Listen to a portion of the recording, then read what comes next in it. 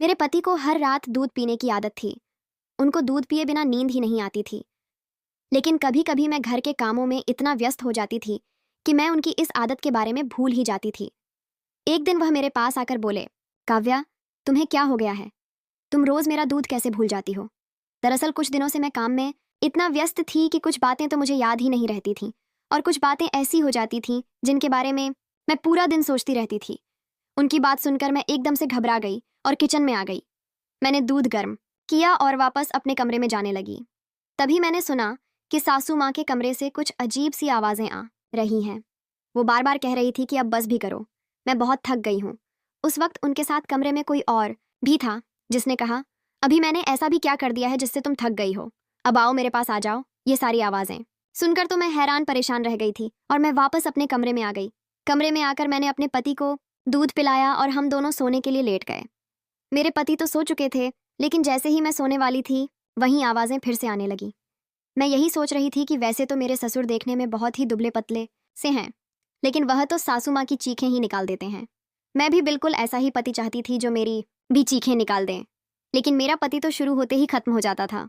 वह तो 2 मिनट में ही थक जाते थे और इस बात पर ध्यान भी नहीं देते थे कि मैं खुश हुई भी हूं या नहीं। यही सब सोचते सोचते कब मेरी आंख लग गई मुझे पता ही नहीं चला।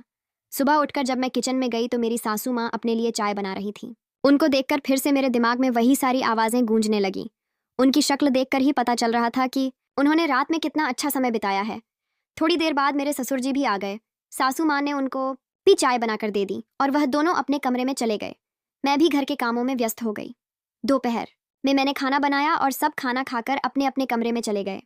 मैं भी अपना सारा काम खत्म करके अपने कमरे में जा ही रही थी कि तभी अपने सामने का नज़ारा देखकर मैं हैरान ही रह गई। सासू माँ के कमरे से फिर से वही सारी आवाज़ें आ रही थीं जो कल रात को आ रही थीं।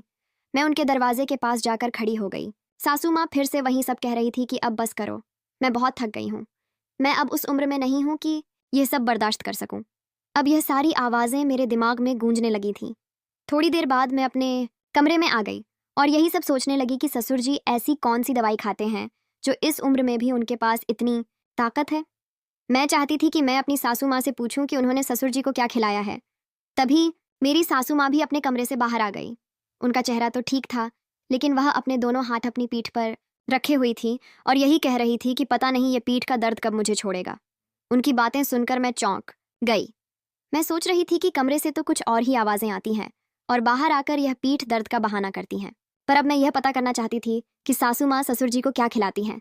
वह ऐसा क्या खाते हैं कि इस बुढ़ापे में भी उनके पास इतनी ताकत है। दूसरी तरफ मेरा पति है जो 2 मिनट में ही हथियार डाल देता है। वह बहुत जल्दी थक जाते थे और सोने चले जाते थे। मेरी शादी के बाद से ही कभी ऐसा नहीं हुआ था कि मैं अपने पति से पूरी तरीके से संतुष्ट हुई हूँ। उनके सो जाने के बाद मैं पूरी रात अपने पति के प्यार के लिए तड़पती रहती थी। मेरी सास वो जिंदगी जी रही थी जो मैं हमेशा से जीना चाहती थी। काश मेरा पति भी ससुर जी की तरह होता तो मैं भी अपनी जिंदगी के और मजे ले पाती। मेरी भी सारी इच्छाएं पूरी होती और मुझे भी एक जलबिन मछली की तरह तड़पना नहीं पड़ता। मैं किचन में आकर काम करने लगी, पर मेरे कानों में बार बार वही सारी आवाजें गूंज रही थीं। उन सब के बारे में सोचकर मेरे बदन में एक सिहरन सी पैदा हो जाती थी। मैं भी उस सुख के लिए तड़प उठती थी जो मुझे कभी मिला ही नहीं था।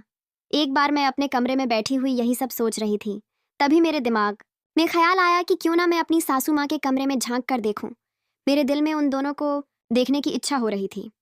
यही सोचकर मैं अपने कमरे से बाहर निकली और उनके कमरे के दरवाजे के पास जाकर खड़ी हो गई। मैं खिड़की के बाहर खड़े होकर उनके कमरे से आ रही आवाज़ सुनने लगी। मेरी सासू माँ बोल रही, ठीक ही बस करो, अब मेरे अंदर और हिम्मत नहीं बची है। तभी मेरे ससुर जी बोले, बस थोड़ा सा और बर्दाश्त कर लो, फिर तुम्हें परेशान नहीं करूंगा। ससुर जी की यह बात सुनकर मेरी सासू माँ चुप हो गई। अब मैं खिड़की से उनके कमरे के अंदर झांकने की कोशिश कर रही थी, क्योंकि मुझे देखना था कि अंदर क्या हो रहा है। पर उनकी खिड़की पर पर्दे लगे हुए थे, इसलिए मुझे अंदर का कोई नज़ारा दिखाई ही नहीं दे रहा था। मैं उदास होकर वापस अपने कमरे में आकर बैठ गई। जैसे ही मैं अपने बिस्तर पर जाकर बैठी, मेरे पति ने एक अजीब सी आवाज़ में मुझसे पूछा, काव्या, इतनी रात को तुम कहाँ गई थी? वो शक भरी निगाहों से मेरी तरफ देख रहे थे और कहने लगे, मैं इतनी भी गहरी नींद में नहीं सोया था कि अगर तुम मुझे छोड़कर चली जाओ तो मुझे पता नहीं चलेगा। अब बताओ कहाँ गई थी? मैंने घबराई हुई आवाज़ में कहा। मुझे कमरे में घुटन महसूस हो रही थी, इसलिए बाहर हवा खाने गई थी। वह बोले, अगर तुम्हारी तबीयत ठीक नहीं थी तो मुझे बता देती, इतनी रात को कमरे से बाहर जाने की क्या जरूरत थी? इतना कहकर वह फिर से सो गए। मैं अपने पति को नहीं बता सकती थी कि मेरे मन में किस तरह के तूफान आ रहे हैं और उन्होंने जानने की कोशिश भी नहीं की। एक दिन मेरे पति ने कहा कि उनको ऑफिस के काम की वजह से 2-3 दिनों के लिए शहर से बाहर जाना पड़ेगा। सच कहूं तो यह सुनकर मैं बहुत खुश हुई थी, क्योंकि मेरे दिमाग में यही चल रहा था कि अब मैं आराम से सासू माँ के कमरे में झांक पाऊंगी। मैंने अपने पति के जाने की तैयारियां शुरू कर दी। उनका टिफिन तैयार किया, उनका बैग पैक किया और थोड़ी ही देर बाद वह निकल गए। पति के जाने के बाद मैं रात के खाने की तैयारी करने लगी। मैंने जल्दी से खाना बनाया और अपने सास ससुर को खिला दिया। खाना खाकर वो दोनों टहलने चले गए। मैं उन्हें देखकर हैरान थी कि इस उम्र में भी वह दोनों कितना खुश रहते हैं। उन दोनों के बीच का प्यार साफ साफ दिखाई देता है। ससुर जी अपने मन की सारी बातें सासू माँ से शेयर किया करते हैं। दोनों के बीच का प्यार आज भी जिंदा है। मैंने जल्दी जल्दी से अपने सारे काम खत्म किए और सासू माँ के कमरे में जाकर छिप गई। खिड़कियों पर पर्दे पड़े होने की वजह से बाहर से कुछ भी दिखाई नहीं देता है, इसीलिए मैंने उनके कमरे में छुपने का प्लान बनाया था। मैं ऐसी जगह छुपकर बैठ गई थी जहां वो दोनों मुझे नहीं देख सकते थे। मैं काफ़ी देर तक वहीं बैठे बैठे उन दोनों का इंतजार करती रही। मैं थक चुकी थी और अब मेरे अंदर उन दोनों को देखने की उत्सुकता ही खत्म हो गई थी। थोड़ी देर बाद वह दोनों अपने कमरे में आए और बेड पर बैठ गए। उसके बाद मैंने वह सब देखा जिसे देखकर मेरे होश ही उड़ गए। ससुर जी सासू माँ को खुश करने के लिए हर तरह के प्रयास कर रहे थे। वह अपनी खुशी के साथ साथ सासू माँ की खुशी का भी ध्यान रख रहे थे और यह देखकर मैं यह सोच रही थी कि मेरे ससुर सासू माँ से कितना प्यार करते हैं, जबकि मेरे पति तो मुझे खुश तक नहीं रख पाते हैं। मैं सोच रही थी कि आखिर वह कौन सी चीज़ है जो मेरी सासू माँ मेरे ससुर जी को खिलाती है, जो वह अभी तक इतना ताकतवर है। मैं चाहती थी कि मैं वही चीज़ अपने पति को भी दे दूं, ताकि वह भी थोड़ा ताकतवर हो जाए और मुझसे प्यार करने लगे। मैं अपने सास ससुर को यह सब करते देख ही रही थी कि अचानक से ना जाने मुझे क्या हुआ और मैं उनके सामने जाकर खड़ी हो गई। मुझे सामने खड़ा देखकर वह दोनों चौंक गए। उन दोनों को यकीन ही नहीं हो रहा था कि मैंने उन दोनों को यह सब करते हुए देख लिया है। वह दोनों कुछ देर के लिए तो चौंके, लेकिन फिर मेरे सास ससुर ने मुझे भी उनकी पार्टी में शामिल कर लिया। मैंने भी उन दोनों के साथ खूब एंजॉय किया। कुछ घंटों बाद जब मैं उनके कमरे से बाहर निकली तो मैं बहुत थक चुकी थी। उसके बाद मैं बाथरूम गई और वहाँ जाकर खुद को साफ किया। मैं इतना थक चुकी थी कि मैं बस अपने कमरे में आकर लेट गई और ना जाने कब मेरी आंख लग गई। सुबह उठकर जब मैं किचन में गई तो मेरी सासू माँ अपने लिए चाय बना रही थी। मुझे देखकर वो गुस्से में बोली, अगर आज तू हमारे कमरे में आई तो तेरे लिए बिल्कुल भी अच्छा नहीं होगा। मैंने भी गुस्से में जवाब दिया, अगर ससुर जी बुलाएंगे तो ज़रूर आऊँगी। आप कौन होती हो मुझे रोकने वाली? इतने में मेरे ससुर जी कमरे से बाहर आ गए और पूछने लगे कि क्या बात हो रही है। मैंने कहा, देखिए ना ससुर जी, सासू माँ मुझे आपके कमरे में आने से मना कर रही है। अगर आप भी यही चाहते हो तो मैं आप दोनों के कमरे में बिल्कुल भी नहीं आऊँगी। यह सुनते ही ससुर जी को गुस्सा आ गया।